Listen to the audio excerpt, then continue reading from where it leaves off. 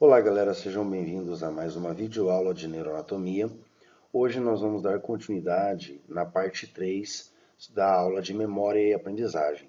Nesta videoaula eu vou passar para vocês sobre os processos que envolvem a memória implícita, que são dois processos que é chamado habituação e o outro que é sensibilização. Nesse processo a gente vai entrar um pouco mais a fundo na parte o que ocorre, né, internamente nos neurônios. Nós vamos ver que síntese de proteínas que estão relacionados, principalmente com a sensibilização, tanto de curto quanto de longo prazo. Nós vamos entender como que funciona a habituação e como que ocorre, né, e para que é utilizado essa habituação, não só a habituação, como também a sensibilização. Então esta videoaula vai ser uma videoaula um pouco mais aprofundada aí na parte, né, envolvendo todo o funcionamento intracelular, né, para esses dois processos que envolvem então o aprendizado, né, a memória implícita, tanto em seres humanos como em animais, ok? Começamos então com o processo de habituação. Tá? A habituação ela é a forma mais simples de aprendizagem implícita, onde um animal ou um indivíduo ele aprende sobre as propriedades de um estímulo inofensivo. Né? Então, deixando bem claro que é um estímulo novo, mas é um estímulo inofensivo, que não vai causar nenhum tipo de lesão a este indivíduo. O indivíduo inicialmente ele vai responder a um estímulo novo por prestar atenção nele, né, com uma série de respostas de orientação. Então, toda vez que o indivíduo ele entra em contato com um novo estímulo, ele vai prestar atenção, ele vai reagir de uma maneira àquele estímulo. Né? Claro que a resposta do indivíduo para esse estímulo, comparando com a habituação com a sensibilização, é totalmente diferente. Por quê? Porque na habituação é um estímulo novo, só que é um estímulo inofensivo. Então, o nível de resposta motora para esse estímulo vai ser menos intensa do que uma resposta envolvendo a sensibilização, tanto de curto quanto de longo prazo, no caso da sensibilização, ok? Se o estímulo ele não é nem benéfico e nem prejudicial, o indivíduo ele aprende, após várias exposições repetidas, que ele deve ignorar esse estímulo. E é isso que acontece no processo de habituação. Esse processo de habituação ele foi inicialmente investigado por Ivan Pavlov e Charles Sherrington, enquanto eles estudavam a postura e a locomoção. Né? Sherrington observou um decréscimo na intensidade de certos reflexos, como da retirada de um membro em uma resposta a uma estimulação repetida. A resposta reflexa retornava após vários segundos de repouso. Então ele observou que, enquanto ele estava fazendo o estímulo, havia uma resposta. Após vários estímulos repetidos, a resposta já diminuía. Né? Ele continuou fazendo a exposição desse estímulo, só que os reflexos eles começaram a diminuir, a intensidade começou a diminuir. Né? E após alguns segundos de repouso, quando ele parava de fazer esses estímulos e retornava a fazer esses estímulos, os reflexos voltavam. Claro, óbvio, né? Isso aí é fato, porque quando você faz um estímulo, mesmo sendo inofensivo, o indivíduo ele vai dar uma resposta àquele estímulo. Quando você para de dar esse estímulo, ele vai se acostumar que não está mais vindo estímulo. Você retorna o estímulo, ele vai retornar as respostas. Tá? E ele sugeriu que esse decréscimo, né, que ele denominou de habituação, resultava de uma diminuição da efetividade sináptica nas vias às quais pertenciam os neurônios motores, que tinham sido repetidamente ativos. Tá? Estou falando um pouco, né, da história só para vocês entenderem. Esse problema, claro, depois foi posteriormente investigado a nível celular por dois outros cientistas, né, Alden Spencer e Richard Thompson, e eles encontraram um paralelo, né, celular e comportamental entre a habituação e o reflexo medular de flexão em gatos. e a habituação de respostas comportamentais mais complexas nos seres humanos. Eles mostravam, né, através de registros intracelulares de neurônios motores de gatos, que a habituação levava a um decréscimo na força das conexões sinápticas entre interneurônios excitatórios e neurônios motores. Então nós temos que entender que a habituação ela é um processo que ela vai diminuir a resposta não da conexão do neurônio sensorial com o neurônio motor, mas sim de um interneurônio excitatório com o neurônio motor. Como a gente pode observar nessa imagem aqui, ó, né, da esquerda, nós temos aqui um animal, né, chamado Alphyssia, né, que ele vai apresentar um sifão conectado com a sua brânquia, né, que é um órgão respiratório desse animal. E nós podemos observar que o sifão ele é inervado, né, óbvio, por um neurônio sensorial, que está conectado com o neurônio motor. Porém, esse neurônio sensorial ele também se conecta com dois interneurônios, um excitatório e um inibitório. E esses dois interneurônios também fazem conexão com o neurônio motor. Ou seja, o neurônio motor está recebendo informações de três neurônios. Um diretamente do neurônio sensorial, dois de um interneurônio excitatório e três de um interneurônio inibitório. Tá? E o que ele conseguiu, eles nesse experimento eles conseguiram identificar? Que a conexão entre o interneurônio excitatório e o neurônio motor foi diminuída. Então, consequentemente, este neurônio motor ele passou a ser menos excitado, menos estimulado, o que geraria, né, esse processo de diminuição da resposta, que foi denominado de habituação, ok? As conexões entre os neurônios sensoriais e os interneurônios não são afetados. Então, nós temos que entender que no processo de habituação, o que vai acontecer é que a conexão entre o neurônio sensorial e o neurônio motor vai permanecer a mesma coisa. O neurônio sensorial e os interneurônios também vai se manter da mesma forma. O que vai acontecer é que este interneurônio excitatório ele vai diminuir a sua excitação, o seu estímulo no neurônio motor. Além disso, né, como está aqui, ó, aumenta a conexão sináptica inibitória. Então, o interneurônio inibitório, ele começa a ser mais ativo, a estimular mais o neurônio motor, o que, claro, inibe o neurônio motor e reduz os reflexos, né, para aquele estímulo, ok? E aí o que acontece, né? Então nós temos que entender que esta habituação, ela envolve, né, ela está envolvida na aprendizagem implícita, que é aquela memória, né, aquela aprendizagem de procedimentos. Ela acontece, né, com uma resposta a um estímulo novo, porém inofensivo.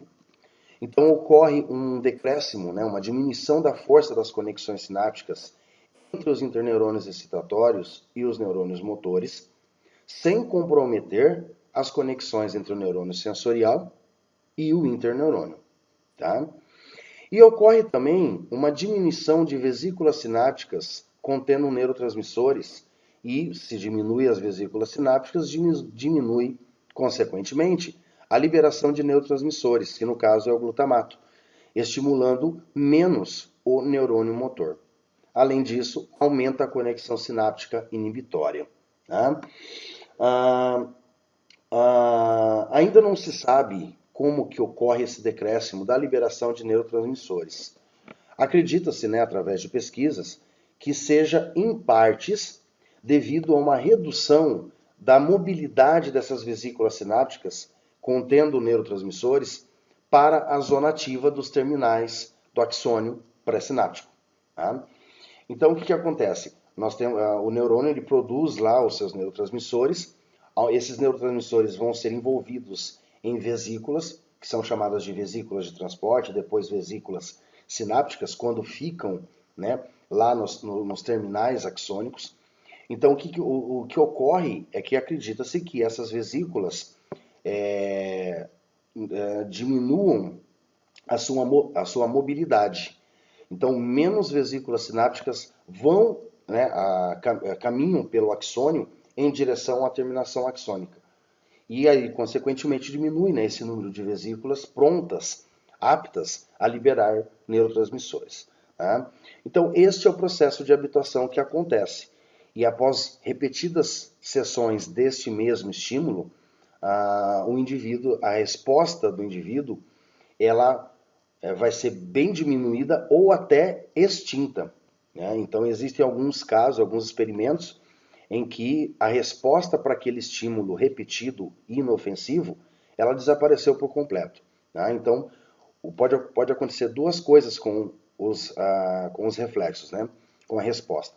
Ela pode diminuir a sua intensidade ou ela pode totalmente desaparecer, né? Dependendo da intensidade da repetição desse estímulo para com o indivíduo, ok? Então esse é um processo bem mais simples, bem mais fácil da gente entender, né?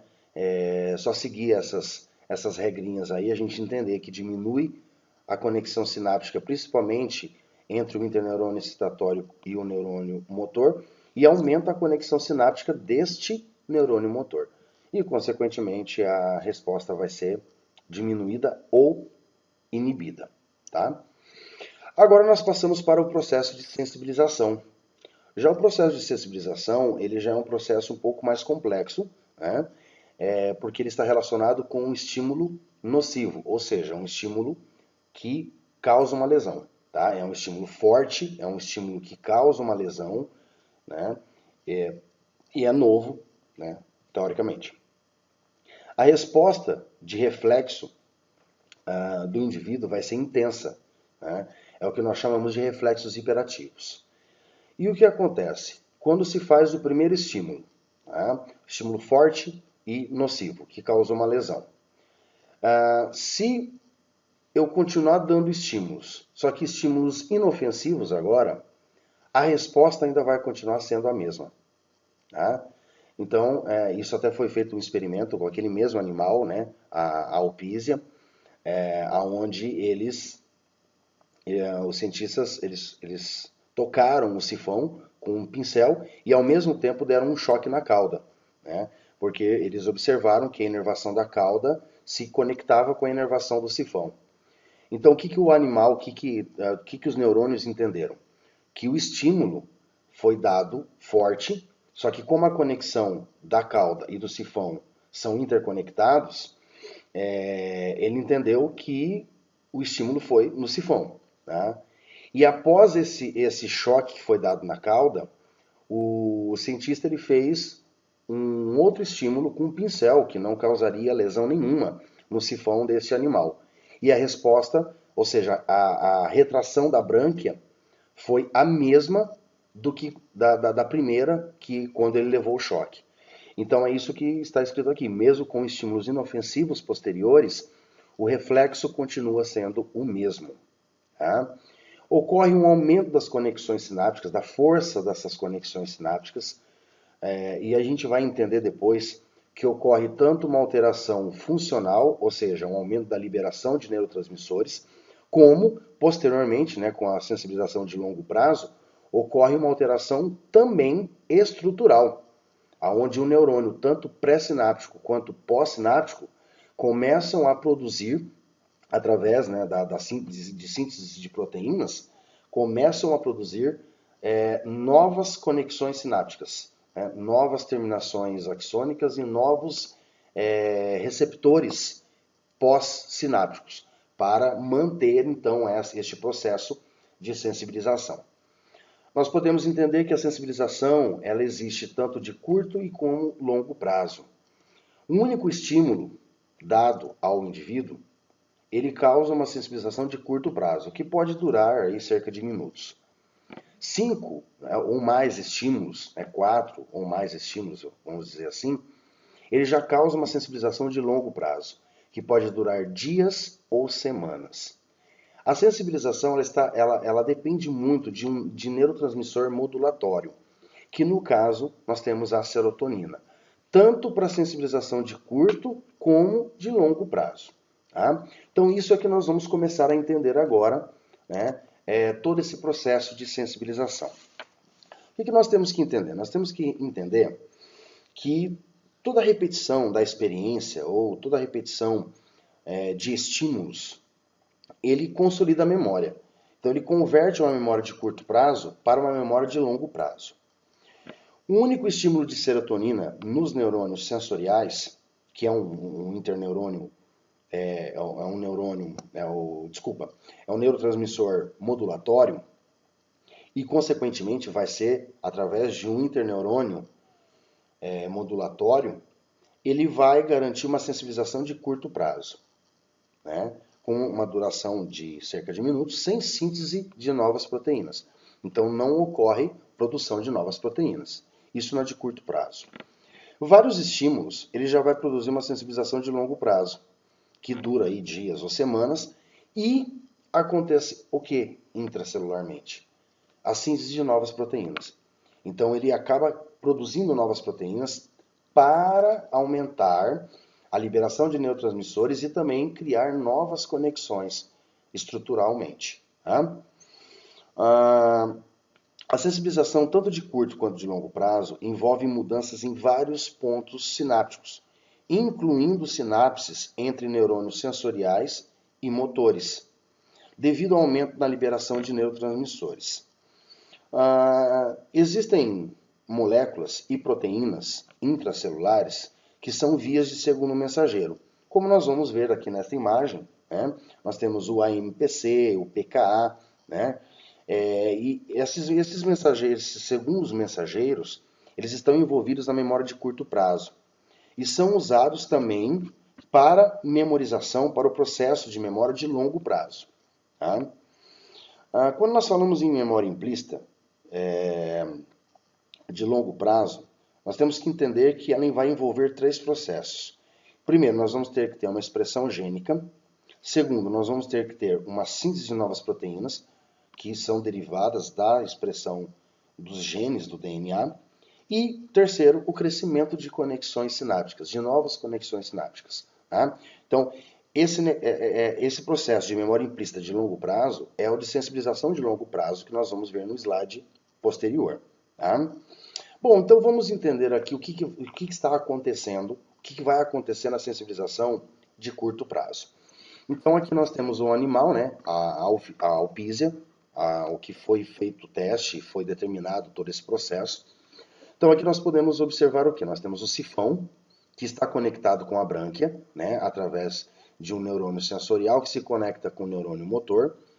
E também esse neurônio sensorial do sifão, ele se conecta com interneurônios, né, como nós já vimos no processo de habituação, tanto interneurônios excitatórios quanto inibitórios.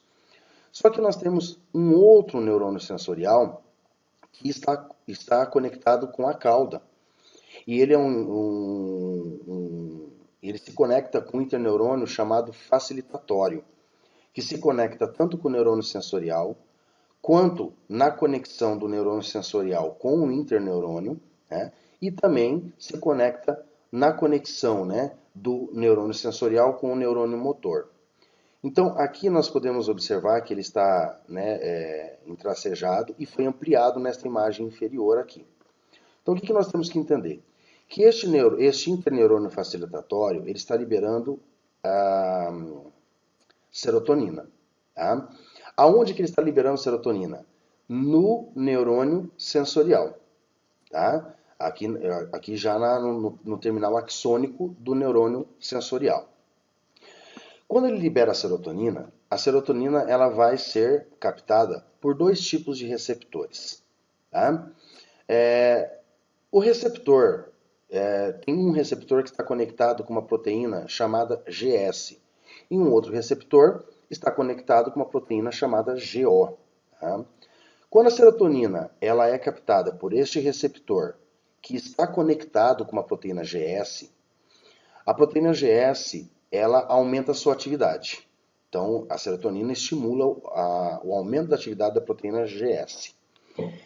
Essa proteína GS, como ela vai aumentar a sua atividade, ela vai aumentar também a atividade da adenilciclase. Tá? Essa adenilciclase ela vai converter ATP, que é adenosina trifosfato, em AMPC. Esse AMPC, que foi produzido agora então, ele vai ativar uma proteína quinase tipo A, que é o que nós chamamos de PKA. Tá? Esse PKA ativo, né, então essa proteína PKA ativa, ela vai atuar em 3 vias distintas. Na primeira via, ela vai fosforilar canais de potássio, que vai prolongar o potencial de ação que está vindo pela membrana, né, desde lá do axônio até na terminação axônica. Então ele vai prolongar este PA. Prolongando esse PA, ele aumenta a abertura de canais de cálcio e, consequentemente, a entrada desse cálcio para o terminal do axônio. Tá? Essa entrada de cálcio, né, nós já vimos, né, na parte de sinapses. Quem não viu, quem não entende isso, quiser dar uma olhada lá no meu canal, tem a videoaula de sinapses parte 3, tá? Que vai estar falando sobre, então, a entrada de cálcio e a liberação de neurotransmissores. Então, quanto mais cálcio entra na terminação axônica, mais liberação de neurotransmissores vai ocorrer. Na via 2, essa proteína PKA, ela vai direcionar as vesículas sinápticas para a zona ativa, né? Então, nós temos que entender que neste terminal do axônio existem várias vesículas sinápticas e muitas estão meio afastadas da zona ativa, que é aqui embaixo, tá? Então, o que esse PKA vai fazer? Ele vai estimular, ele vai direcionar essas vesículas para a zona ativa, aumentando o número de vesículas que vão se fundir com essa zona ativa para liberar o seu neurotransmissor. Tá? Então, vejam que esse PK está aumentando, ele está potencializando a liberação de neurotransmissores, tanto com a entrada de cálcio, quanto com o direcionamento dessas vesículas para a zona ativa. Tá? E depois, na via 3, ele vai estar envolvido com a abertura de canais de cálcio tipo L, que no nosso caso não vai interessar aqui agora. Tá? Só que nós temos receptores de serotonina que estão conectados com proteína GO. Essa proteína GO ela vai fazer o quê? Ela vai ativar a fosfolipase C, que é o PLC. Esse PLC ele vai estimular o diacilglicerol a ativar uma outra proteína quinase do tipo C, que é o PKC. Esse PKC ativado, ele vai atuar em 2 vias. Na via 2, juntamente com o PKA, e na via 3, também juntamente com o PKA. Tá? Então, nós observamos que na sensibilização de curto prazo, quem vai estar diretamente ligado com o aumento da liberação de neurotransmissores, com a intensidade, o aumento da intensidade dessa conexão sináptica, é o PKA. Tá? É o PKA e o PKC. Ok? Só que tudo isso depende do AMPC, depende de converter o ATP em AMPC. Esse AMPC vai ativar a proteína quinase A. Né? Então, tudo vai depender desse PKA. Ok? Mas isso não aconteceria se não tivesse este neurotransmissor modulatório, que é a serotonina. Tá? Então, é necessário que a serotonina entre neste terminal axônico do neurônio sensorial, que vai estimular um aumento da liberação de neurotransmissores. O que nós temos que entender é que o estímulo que está vindo desse neurônio sensorial tem uma intensidade. O que está sendo feito aqui? Está sendo potencializado esta atividade, esta informação. Tá? Então, se a informação iria liberar um número X de neurotransmissores, agora ele vai liberar X ao quadrado, ao triplo, né? De neurotransmissores. Então, a ativação do neurônio motor vai ser muito maior, vai ser muito mais intensa. Tá? E tudo isso devido ao quê? Devido a um estímulo forte. Um estímulo forte e um estímulo que causa uma lesão. Tá ok? Então, este é o processo de sensibilização de curto prazo. Tá? Toda vez que um estímulo for adicionado de uma maneira forte, for apresentado para o indivíduo de uma maneira forte, vai ocorrer este processo. Por isso que a resposta ela é intensa. é aquele reflexo hiperativo. Tá? Ele vai ser muito mais intenso do que um estímulo neutro, vamos dizer assim, que acontecia lá na habituação, no processo de habituação. Tá? Agora nós temos que entender o que vai ocorrer, o que vai acontecer na sensibilização de longo prazo. Tá? Porque aqui nós temos uma sensibilização de curto prazo. Né? Foi dado um choque, foi criado todo esse mecanismo, toda essa via de segundos mensageiros, tá? Mas isso vai durar cerca de minutos. Como é que eu faço para que esse estímulo, para que as respostas para esse estímulo continue por mais tempo, né, do que questão de minutos? Então agora que nós vamos entender a sensibilização de longo prazo. Tá? Então vejam só, serotonina é muito importante para a consolidação da memória, porque ele aumenta a síntese de DNA, aumentando o número de sinapses e, consequentemente, aumenta, né, o número da liberação de neurotransmissores. Tá ok? Bom, nós temos que entender que a sensibilização de longo prazo ela é quando ocorre uma estimulação repetida de serotonina. Tá? Quando nós temos a sensibilização de curto prazo, é um único estímulo só, forte e nocivo, né, de serotonina, que libera serotonina no neurônio sensorial, causando todo aquele processo, né, do AMPC, do PKA, mas aquele processo ele vai durar questão de minutos. Então, a atuação do PKA vai durar minutos. Se a estimulação repetida de serotonina continuar, né, aí vai ocorrer então a sensibilização de longo prazo, que é onde começa a ter a síntese de novas proteínas, né, para que todo esse processo permaneça durante mais tempo do que somente minutos. Tá? Duas principais mudanças vão ocorrer no neurônio sensorial. Alterações estruturais, onde haverá criação de novas conexões sinápticas, e ativação persistente da proteína quinase A. Tá? Então nós vamos entender todo um processo aqui, e depois eu vou explicar para vocês o porquê que o PKA ele permanece constantemente e persistentemente ativo. Tá? Então vejam só, então nós temos lá basicamente aquele processo que ocorreu na sensibilização de curto prazo. Ocorreu a liberação de serotonina, foi captada por um receptor de serotonina acoplado com uma proteína GS. Tá? Essa proteína GS ela vai estimular a adenilciclase a converter ATP em AMPC. Ótimo, até aí a gente já entendeu. Esse AMPC ele vai ativar a proteína quinase A, que é o PKA.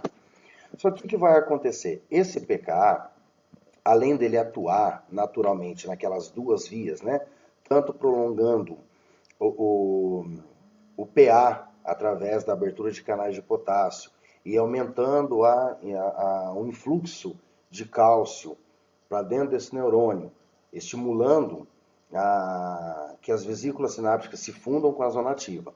E na via 2, né, estimulando o direcionamento das vesículas sinápticas para a zona ativa, esse PKA ele vai então recrutar uma outra proteína chamada MAPK. Essas duas proteínas, ou seja, o PKA e o MAPK, né, vão até o núcleo. Então, eles entram no núcleo deste neurônio. Esse PKA ele vai fosforilar, ativando uma outra proteína chamada CREB. Tá? Só que existe o CREB1 e o CREB2. O que vai acontecer? O CREB1 ele é uma proteína que ativa genes de codificação no DNA.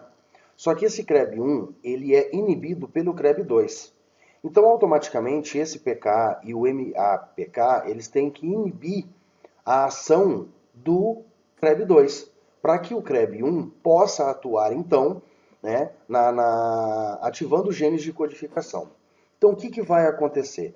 O MAPK vai reprimir, vai inibir a ação do CREB2, deixando agora o CREB1 ativo para poder fazer toda a ativação de genes que vão codificar outras proteínas. Tá? Esse CREB1 ele vai se ligar a uns genes, né, CRE, que vão acabar produzindo a ubictinina hidrolase. Essa ubictinina hidrolase, ela vai atuar diretamente no PKA.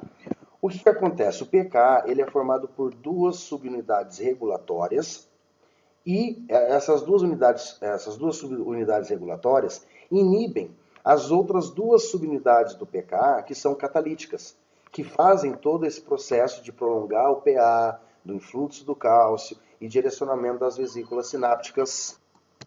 Então, automaticamente, essa ubictinina hidrolase, ela vai degradar essas duas subunidades regulatórias. Automaticamente, o PKA ele vai ficar somente com as duas subunidades catalíticas, que vão continuar todo esse processo da ativação do CREB1 e de mais codificação da ubictinina hidrolase, o que vai mantendo, então, a ativação persistente dessa proteína PKA. Tá? Além disso, o CREB1 ele ativa um gene que codifica um fator de transcrição que é chamado C/EBP. Esse fator de transcrição ele vai se ligar a um elemento de resposta do DNA chamado CAAT.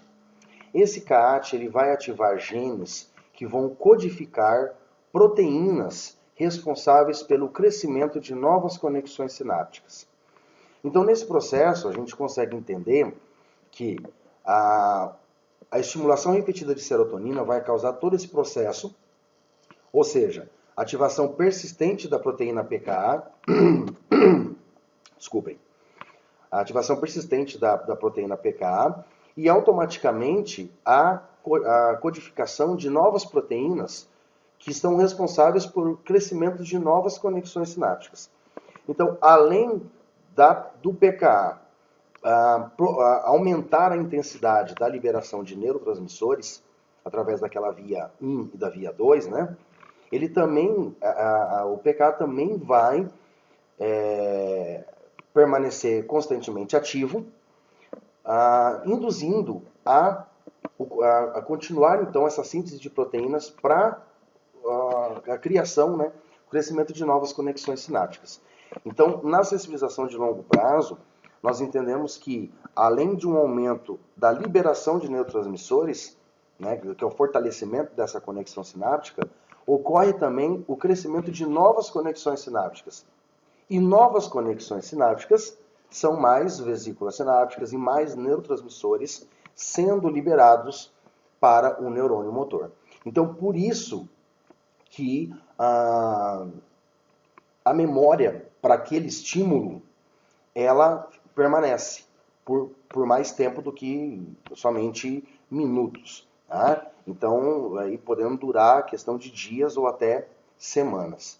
E todo esse processo ele não é utilizado somente para o processo de memorização implícita, mas também para memória explícita, né?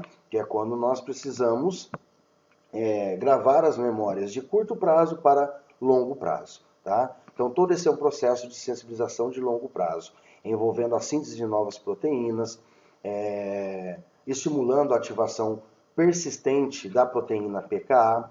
Tá?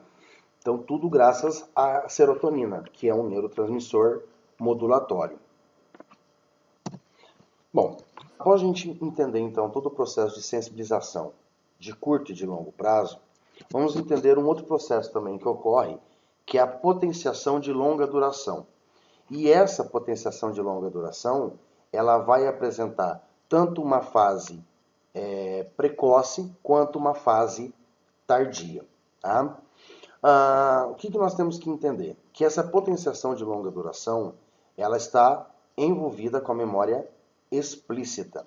Tá? E vai envolver uma estrutura que é o hipocampo. né, que é o responsável ali pela consolidação da memória, ok? Ah, o hipocampo ele vai apresentar 3 vias principais. A primeira via que apresenta é a via perfurante, né? Então aqui nós temos aqui a via das fibras perfurantes, que estão vindo do córtex, né, entorrinal, entrando, né, para as células glandulares do giro denteado.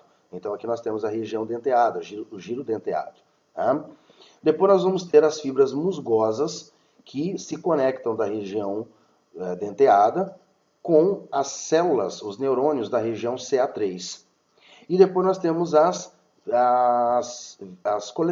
colaterais de Schaffer, que se conectam da região CA3 com os neurônios da região CA1 do hipocampo.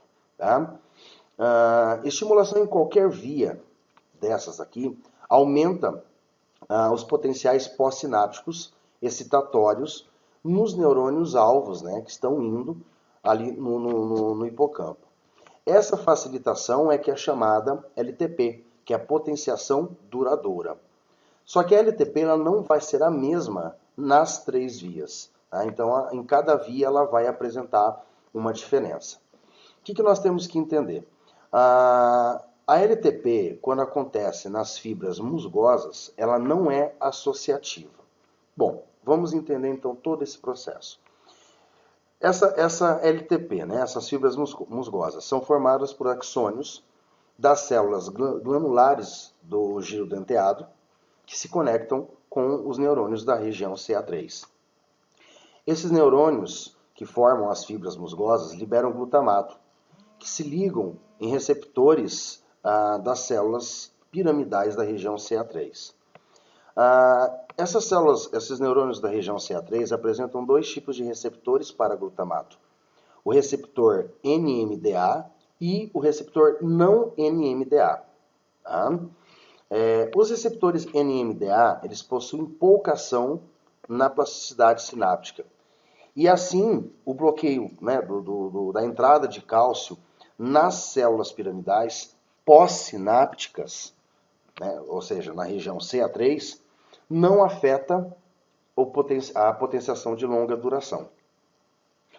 A LTP nessas fibras musgosas depende da entrada de cálcio nas células pré-sinápticas, ou seja, nos neurônios da região denteada, que vai ativar todo aquele processo. Adenilciclase aumenta o nível de AMPC, que ativa a PKA. Né? Então, todo aquele processo que nós vimos ali na sensibilização de curto prazo. Tá? Então, é preciso que tenha ali, então, essa entrada de cálcio, para que ocorra todo esse processo também, né, que nós vimos lá na sensibilização. Ela pode ser modulada, né, então, essas conexões da fibra musgosa, né, com os neurônios da região CA3, elas podem ser moduladas pela noradrenalina e também a serotonina. Então, esses 2 neurotransmissores modulatórios podem modular essas conexões, tá ok? Então, o que nós podemos observar aqui? Nós temos aqui a liberação de glutamato, tá? Então, nós temos aqui da região denteada para um neurônio da região CA3. Então, quando libera glutamato, o glutamato ele pode se ligar a 2 tipos de receptores, o NMDA e o receptor não NMDA. Tá? O que vai acontecer? A liberação de glutamato ela tem que ser bastante intensa para poder liberar o magnésio, né, que fica aqui nesse receptor NMDA, não deixando então, né, ocorrer a entrada a passagem, né, de elementos químicos aqui, tá? O que vai acontecer? Quando o glutamato ele é liberado em grande quantidade, ele consegue remover essa molécula de magnésio. E assim, né, automaticamente, o cálcio pode entrar. Aí o cálcio conseguindo entrar, vai ocorrer todo aquele processo, né, que aumenta a adenilciclase, que vai produzir, né, que vai ativar o PKC, né, o PKA, e vai estimular todo aquele processo que nós já vimos na sensibilização de curto prazo, tá ok? Então, isso é necessário a estimulação, né, um aumento da liberação do glutamato. E como que a gente pode aumentar essa liberação de glutamato? Através da serotonina ou da noradrenalina, né, desses dois neurotransmissores modulatórios, ok? Quando nós falamos, então, da potenciação de longa duração, que é a LTP, nas vias colaterais de Schaeffer e nas vias perfurantes, elas são associativas. Tá? As células colaterais, elas se conectam, as células colaterais, né, que estão vindo aqui da região CA3, se conectam com neurônios da região CA1 do hipocampo. Eles vão liberar glutamato também, né, que necessitam de receptores NMDA para glutamato, que estão, né, nos neurônios pós-sinápticos, para que ocorra então a LTP. A LTP, na região CA1, ela vai ter duas características. Primeira característica, a LTP nos colaterais de Schaeffer, eles requerem ativação de vários axônios aferentes juntos, que é o que chama-se de cooperatividade.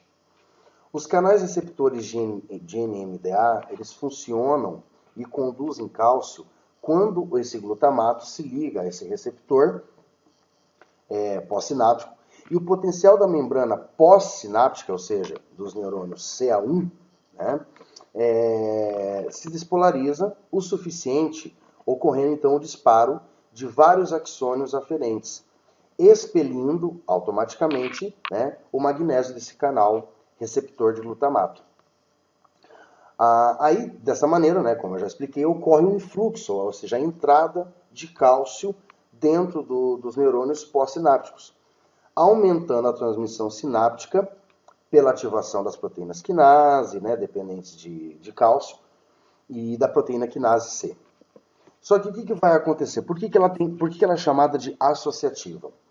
Porque o neurônio pré-sináptico, ou seja, que saiu da região CA3 para ativar a região CA1, ela tem que receber, ou seja, elas têm que ser ativadas juntas para que a célula pós-sináptica ela possa se despolarizar adequadamente. E como que vai ocorrer esse processo que as duas vão se despolarizar juntas? Né? Ou seja, a célula, o neurônio CA3, ele precisa saber que a célula CA1 foi despolarizada, para que depois ela possa se despolarizar também juntas. Né? A associatividade cooperativa, né, ou chamada cooperatividade, ela ocorre pela liberação de uma substância que é chamado mensageiro retrógrado. Então, o neurônio da região CA1, ele envia uma informação através de uma substância para o neurônio CA3, dizendo, olha, eu fui estimulado, só que eu estou precisando ser estimulado mais ainda. Né? Ou seja, a gente tem que ser ativado junto. Tá?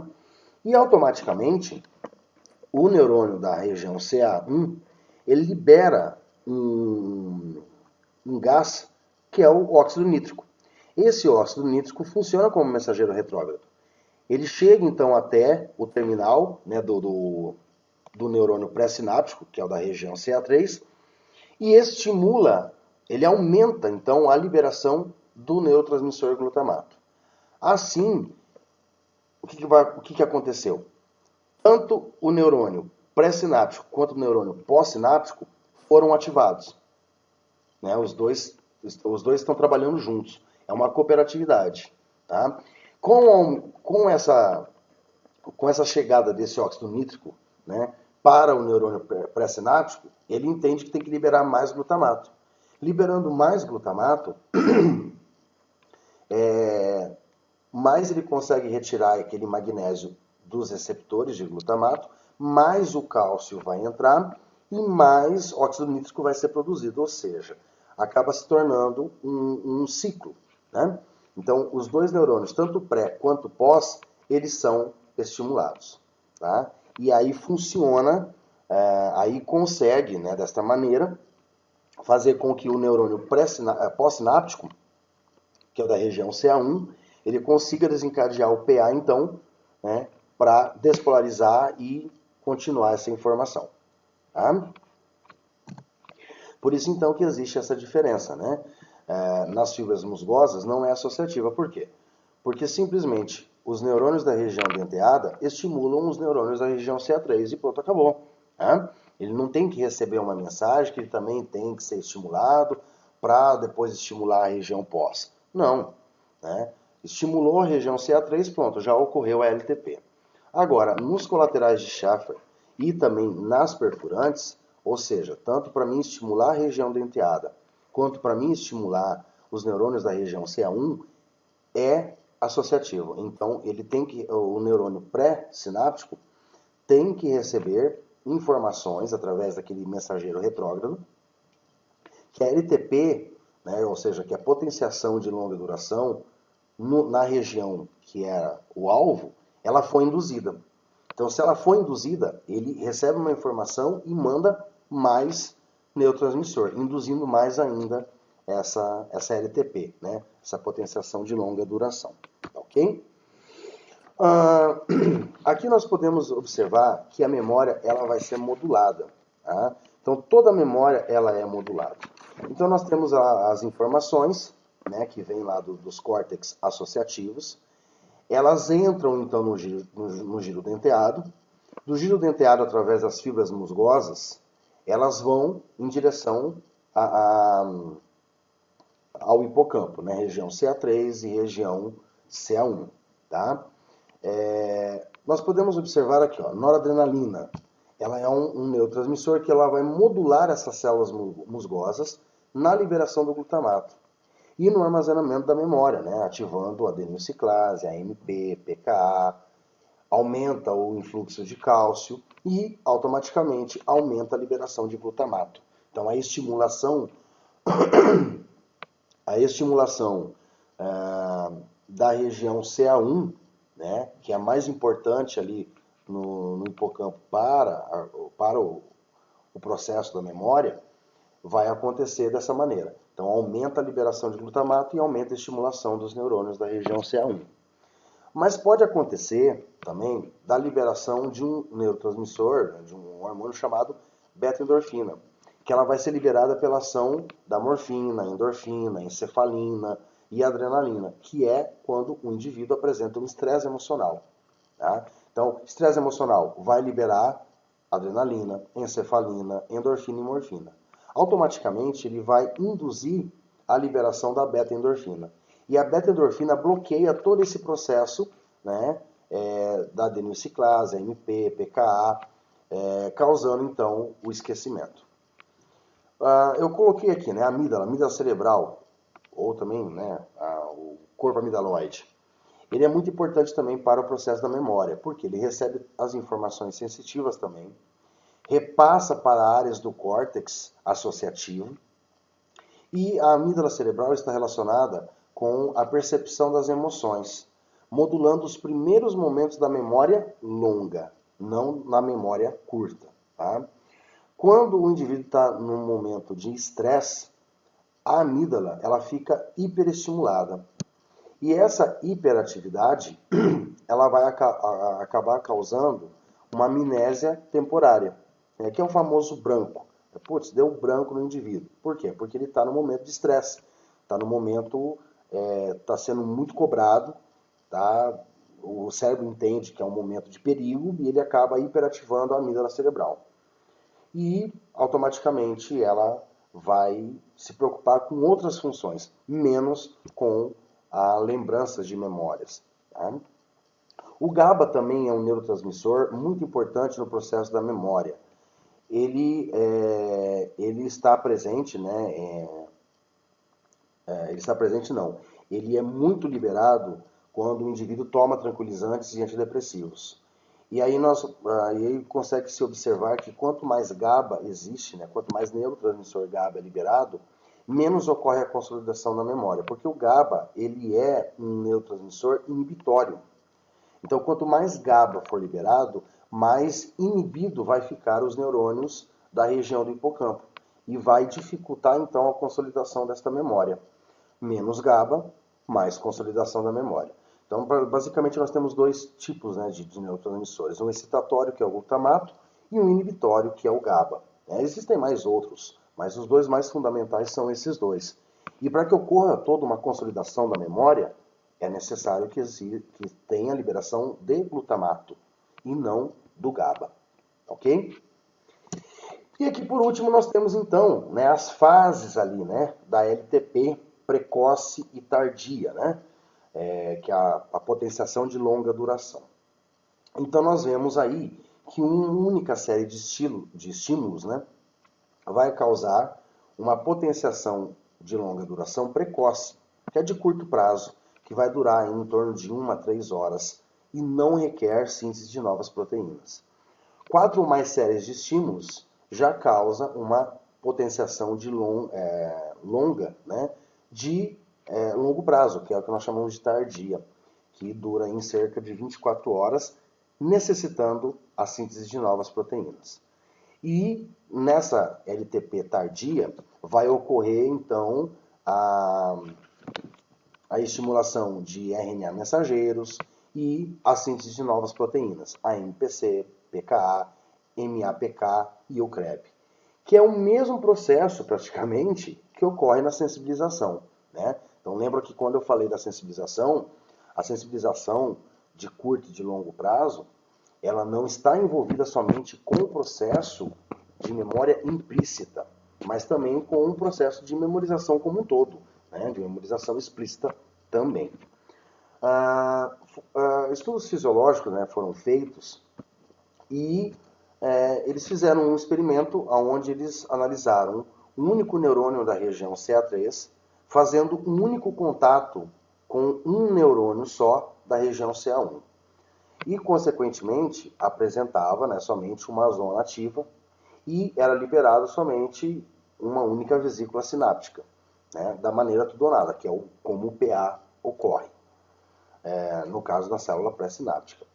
E aí constataram que ocorria muitas falhas, ou seja, o neurônio CA1, que é o neurônio pós-sináptico, ele não correspondia a esse PA, ele não desencadeava o PA que foi estimulado pelo neurônio da região CA3. E aí o que eles conseguiram identificar? Eles conseguiram identificar que na fase precoce ocorre uma alteração funcional, com aumento da probabilidade da liberação de neurotransmissor. Não que vai aumentar o número de vesículas sinápticas, nem de zonativas e nem de conexões sinápticas. Tá? Só aumenta o quê? A probabilidade com que esse neurotransmissor liberado do neurônio CA3 ative o neurônio da região CA1. Tá? Na fase tardia, um único PA de CA3 ele libera várias vesículas em neurônios da região CA1. Ocorre também o surgimento de novas conexões sinápticas e também a síntese de proteínas pela exposição ao AMPC.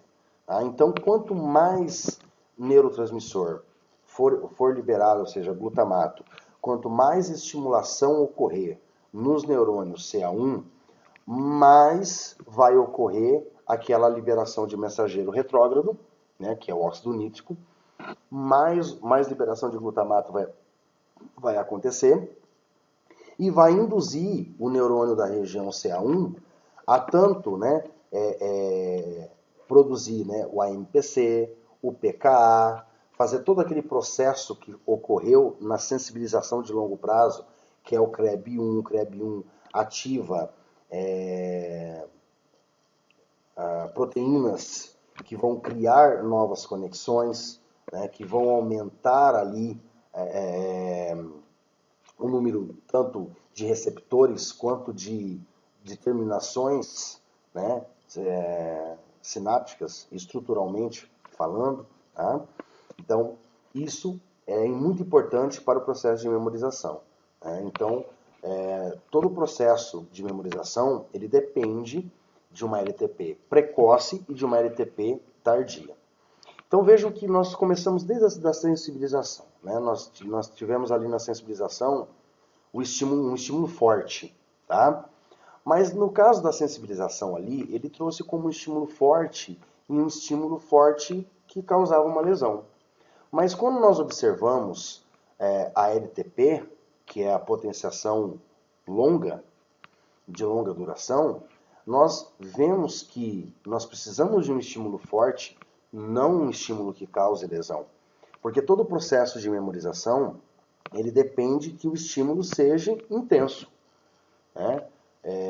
Tudo que nós vamos aprender, nós temos que, esse estímulo ele tem que ser forte o suficiente para que estimule a liberação de glutamato, né, da região CA3 para a região CA1.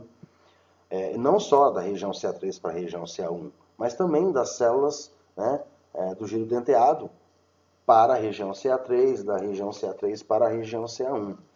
Então precisa-se ter uma informação intensa para que ocorra a liberação, então, do glutamato. E aí nós dependemos do quê? Nós dependemos da serotonina e da noradrenalina, né? Para que todo esse processo de memorização possa ocorrer de uma maneira adequada. Tá?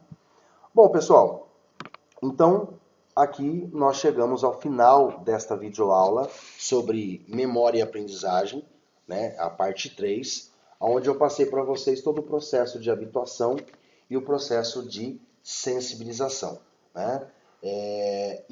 Nessa videoaula, então, vocês puderam observar todos os processos intracelulares que ocorrem no neurônio para que toda essa conexão sináptica ela possa ser intensa, né?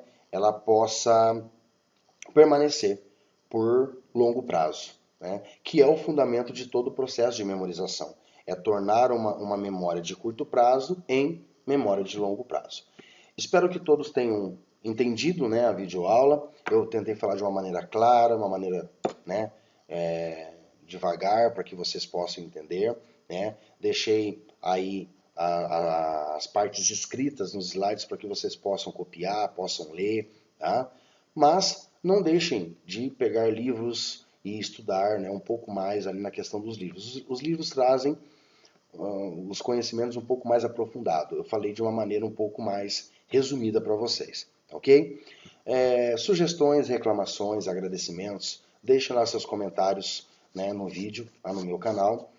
Se inscrevam no meu canal do YouTube, curtam o meu canal do YouTube e eu desejo a vocês um bom estudo aí, né? Sucesso para todos aí e até a nossa próxima videoaula. Em breve teremos mais uma videoaula nova aí no meu canal. Um grande abraço a todos, bons estudos e fiquem com Deus.